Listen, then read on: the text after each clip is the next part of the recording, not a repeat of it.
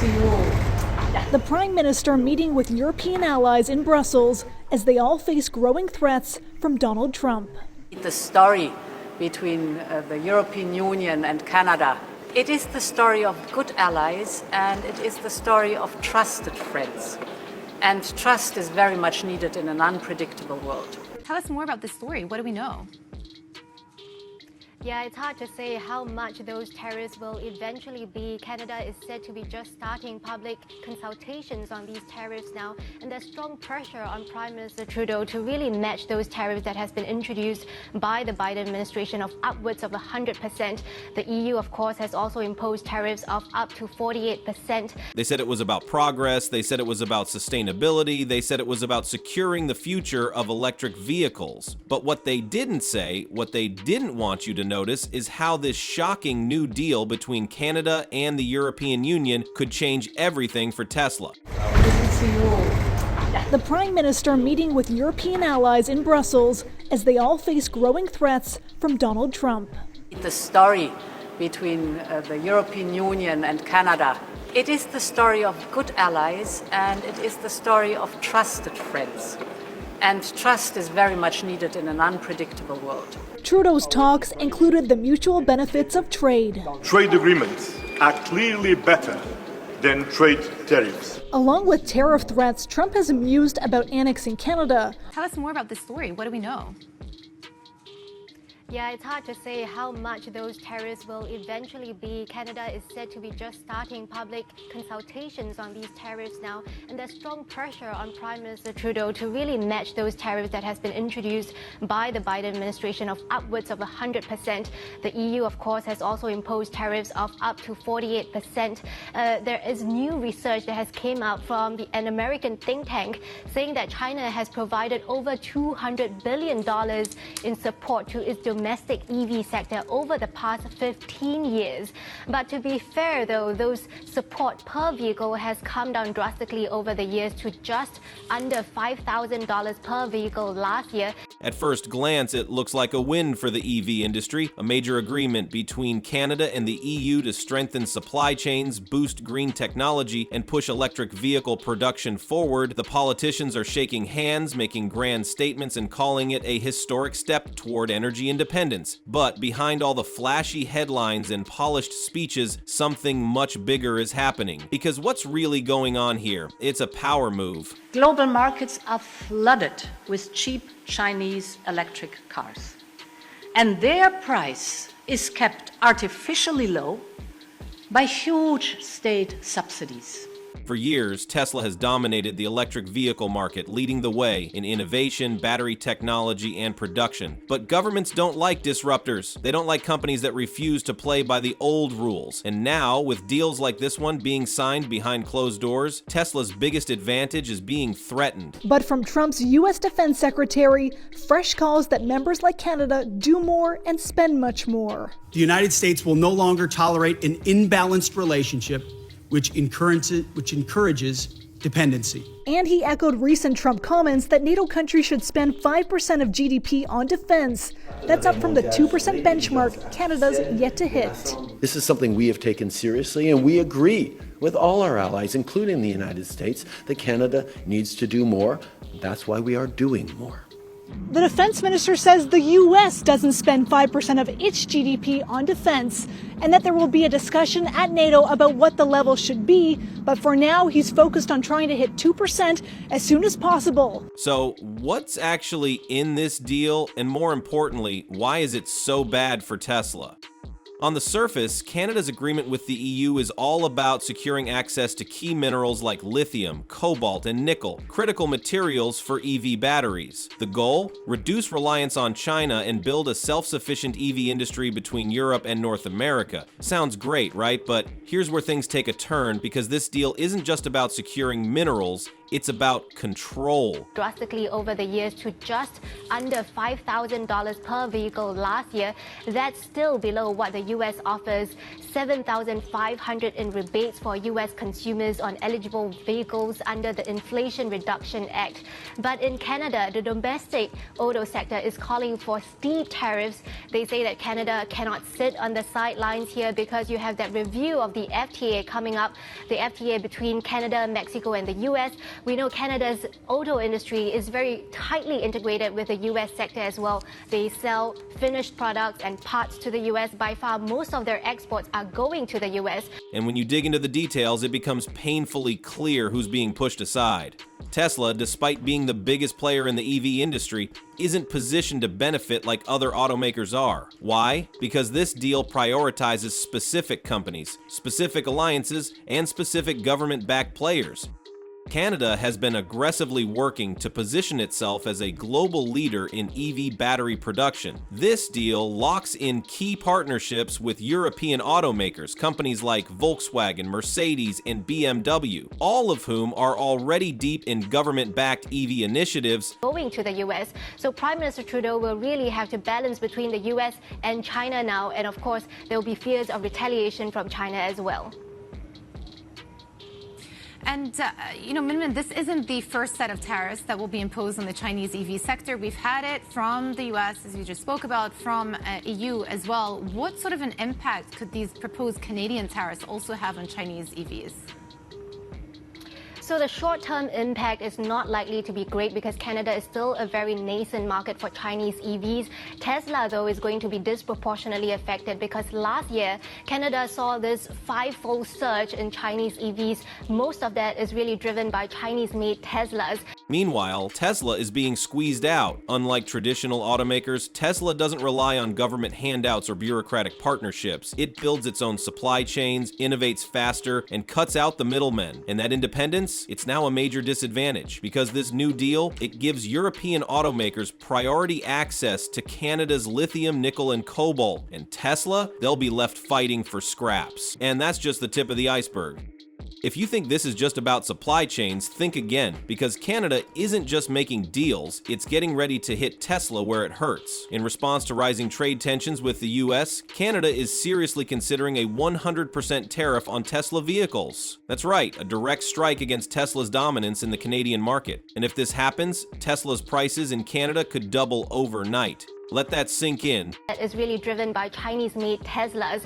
The Chinese companies like BYD, NIO, they don't have a huge presence in Canada just yet. But of course, the risk is that they'll be locked out of the market before they even make inroad into the country. And currently, Chinese EVs are tariffed at 6%, and consumers get to participate in this federal rebate program when they buy foreign-made EVs. That's part of Prime Minister Trudeau's ambitions to really increase the number of new vehicles sold that have zero emissions by 2030. So there is a huge potential market there. Of course, Canada is also pouring billions to build up its own domestic supply chain with multi-billion-dollar subsidies given to companies like Honda and Volkswagen to build factories there. So the market barrier of entry as well as the trade barriers is just going to keep increasing for Chinese EV makers. A Model Y that costs $50,000 today, it could jump to $100,000. A Model 3 completely out of reach for most buyers. And here's the kicker, Canada isn't just doing this out of nowhere. This is a calculated move. By making Tesla unaffordable in Canada, the government is creating an opening for other automakers to swoop in and take Tesla's market share. Companies that play by the new government-backed rules. But it doesn't stop there, because while Tesla faces roadblocks, Canada is laying the groundwork for a completely new trade path. In case US trade relations fall apart, Canada is shifting its focus to the European Union. And this isn't just speculation, the plan is already in motion. And changing winter travel plans. What we have seen, though, since the tariff announcements, that our sales from Canada into the US have actually dropped very significantly. WestJet says travel to the US dropped 25% in 2 weeks, while Air Canada is reducing the amount of flights to American leisure destinations beginning in March in anticipation of a drop. Meanwhile, some U.S. businesses are already feeling the pressure. We immediately heard from some of our tour operators who sell travel into the U.S. and they bring Canadians to the U.S. that they had immediate drop-off. One of our tour operators reported 30% in cancellations, like almost immediately. Canada's Comprehensive Economic and Trade Agreement, CETA, with the EU has already cut tariffs on Canadian exports, increasing trade by 30%. And now, with the EU desperate for reliable EV mineral supplies, Canada is positioning itself as Europe's go-to supplier. In translation, that means less reliance on the US and more deals that leave Tesla out of the picture. And Prime Minister Trudeau spoke over the weekend, the sense of betrayal that he expressed, that we have been there with the US, he was saying, I'm paraphrasing, every step of the way, even in times of need, and now this is coming out of nowhere. Elaborate on that, please, and also just more specifically, just remind viewers just how closely linked these two nations are, particularly whether it's people or goods going back and forth across the border, sometimes multiple times a day. The Prime Minister has been great, and I have to tell you, the whole country is rallying behind him. We all feel personally hurt, and that hurt is now becoming anger. But here's the part most people completely miss. If you think this is just Tesla's problem, think again. Because this isn't just about one company. It's about who gets to control the future of electric vehicles. Right now, Tesla is the only major automaker truly operating outside of government influence. They don't depend on massive subsidies. They don't take orders from bureaucrats. They move fast, innovate, and disrupt. But what happens when the supply chains are controlled by a handful of politically connected players? What happens when deals like this give legacy automakers an artificial advantage? The answer is less competition, less innovation, higher prices, and in the long run, the consumer loses. But wait, it gets worse. If Canada follows through with a 100% tariff on Tesla, don't expect the US to just sit back and take it, because this isn't just about EVs. It's about billions of dollars in auto trade between the US and Canada. The way that these tariffs have been put on, the Trump administration is saying that it's because they want to stem the flow of fentanyl through borders as well as illegal immigration. But in your conversations and in the conversations that these governments are having, do you have a sense of what the Canadians would even have to say to get these tariffs removed and appease the administration? Well, thank you for the question, Allie. And the fact is, these tariffs are being imposed truly for utterly no reason. The pretext offered is the flimsiest pretext possible.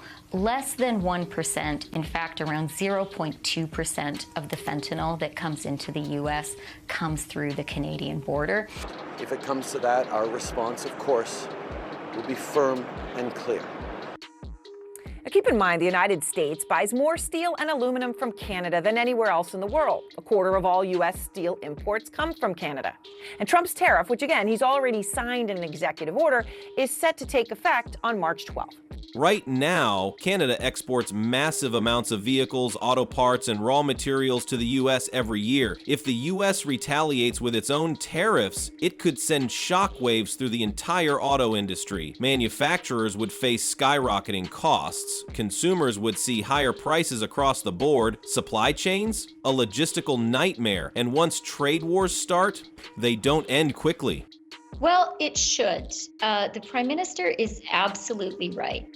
These tariffs are illegal, they are unjustified, and crucially, Aaron, they are self-mutilating for the United States. They're going to hurt the U.S. really badly. And we know that because it's not the first time this has happened. In 2018, the United States imposed tariffs of 25% on Canadian steel, 10% on Canadian aluminum. And in 2019, the U.S. dropped those tariffs, mostly because those tariffs hurt the U.S. So what happens next? Right now, everything is on the table. If Tesla doesn't act fast, they could lose serious ground in Canada. Prices could go up, supply chain access could shrink, and government-backed competitors could start closing in. But there's one wild card, the US response. If the US pushes back against Canada's EV deal, Whether through counter tariffs, supply chain maneuvers, or political negotiations, things could shift dramatically. And if Tesla plays its cards right, they might still find a way to stay ahead. Either direction. The president has also directly threatened our national sovereignty. He has said over the weekend that if we were to become the 51st state, there would be no tariffs. Canadians really, really, really are angry about that. And I do want to say, we want to be your friend. We want to be your partner. We want to be your neighbor. We're good at that. We've done it for decades and decades. But we are proud of our country. We're really proud to be Canadian. Our sovereignty is not negotiable. And if you hit us, we are going to hit back, and the whole country is going to be proud to do that. Here's the truth. Tesla has always been the underdog. They've fought against the odds before, and they've won. But this time, the battle isn't just about building the best EVs. It's about surviving a world where governments are stacking the deck against them. And if Tesla doesn't fight back, they could lose their biggest advantage forever. Kindly let us know what you think in the comments below, and don't forget to like and subscribe. Thanks for watching.